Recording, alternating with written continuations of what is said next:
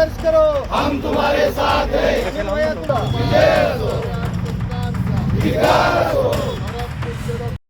आपल्या परभणी घटनेच्या निषेधार्थ संपूर्ण राज्यभर आंदोलन होत आहेत, राज्यभर संताप व्यक्त केला जातो. काय सांगाल या घटनेबद्दल?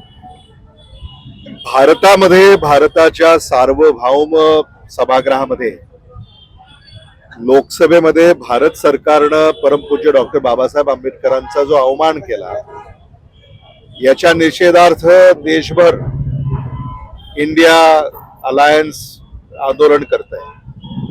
या देशामध्ये असं यापूर्वी कधीही घडलं नाही अशी वक्तव्य आज देशामध्ये आपल्याला ऐकायला मिळत आहेत. हे दुर्दैवी आहे. अगदी संविधानाला सुद्धा बदलण्याची भाषा ज्या पक्षानं केली आणि आता तर अतिरेक झालाय. परमपूज्य डॉक्टर बाबासाहेब आंबेडकरांचा अवमान लोकसभेमध्ये होतो. या देशाच्या गृहमंत्र्यांच्या माध्यमातून होतो.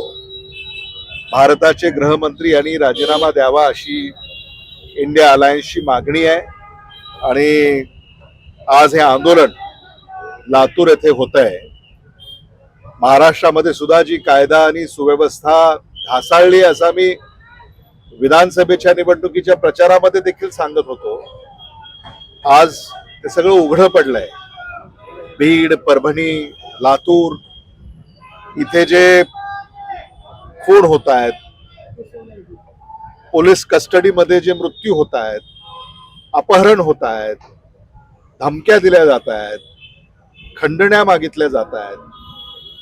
महाराष्ट्राची ही जी अवस्था ज्या महायुतीमुळे या ठिकाणी झालेली आहे त्या महायुती सरकारला हा आमचा सवाल आहे की तुमची भूमिका काय.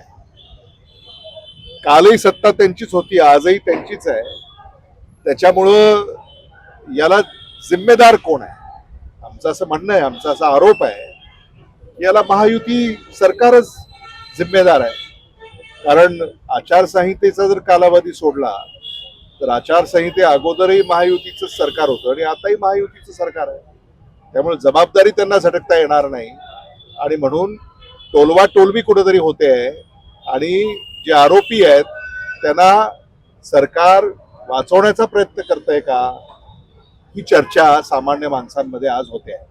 बीडच्या प्रकरणामध्ये थेट महायुतीच्या नेत्यांचा संबंध दाखवला जातो, संशय व्यक्त केला. आता महायुती सरकारनं हे स्पष्ट केलं पाहिजे किंवा जनतेच्या पुढे आणलं पाहिजे की याच्यामध्ये नेमके कोण दोषी आहेत आणि याच्यामध्ये कोण याला जिम्मेदार आहेत. हे सरकारचं काम आहे.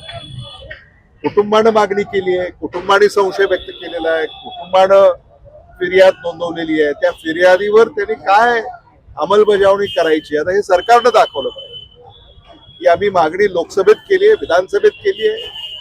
काल देशाचे नेते राहुल गांधीजी हे देखील महाराष्ट्रात आले. परभणीमध्ये त्यांनी भेट दिली, बीडची विचारपूस केली आणि मला असं वाटतं की हा जो काही मुद्दा आहे किंवा घटनाक्रम आहे हा महाराष्ट्राची कुठेतरी मान हलवण्याचा हा प्रकार आहे आणि म्हणून महाराष्ट्र सरकारनं याच्यावर आपली भूमिका स्पष्ट केली पाहिजे. जी भूमिका आजवर स्पष्ट झालेली आहे ती भूमिका गोलगोल आहे असा आमचा आरोप आहे.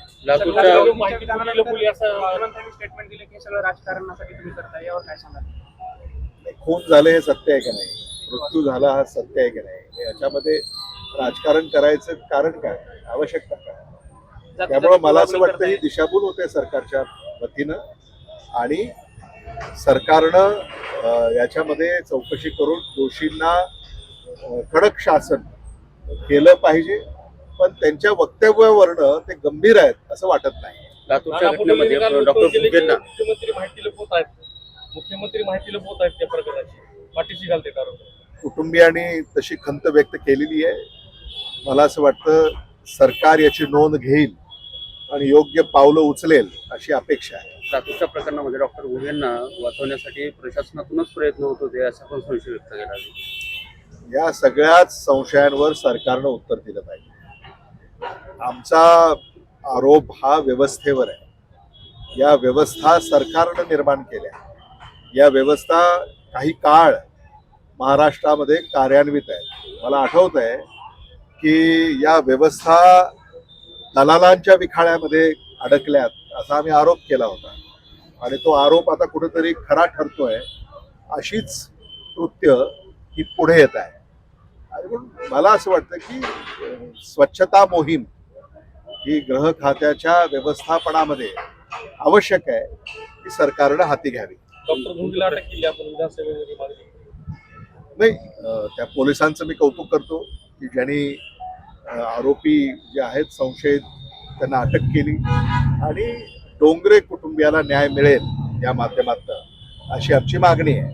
तुमचं काय बोलणं झालं प्रशासनाच्या अधिकाऱ्यासोबत या प्रकरणावर योग्य प्रकरणावर? प्रशासनाच्या अधिकाऱ्यांच्या समवेत पहिल्या दिवसापासून आमचा संवाद आहे. आम्ही त्यांच्याकडे ही मागणी केलेली आहे. या संदर्भामध्ये विधिमंडळामध्ये सुद्धा आम्ही मुद्दा उपस्थित केला. मुख्यमंत्र्यांच्या समवेत सुद्धा या संदर्भामध्ये चर्चा झाली आहे. त्यांनाही निवेदन दिलेलं आहे आणि त्यांनाही सगळी कल्पना आम्ही त्यांना अवगत केलेलं आहे. आणि झिरो टॉलरन्स क्राईम आणि करप्शनच्या संदर्भामध्ये महाराष्ट्र सरकारचं आहे असं मुख्यमंत्र्यांनी वारंवार आपल्याला सांगितलं आहे. आणि त्यांनी आता त्याच्यावर कडक पावलं उचलावीत अशी आशा आहे.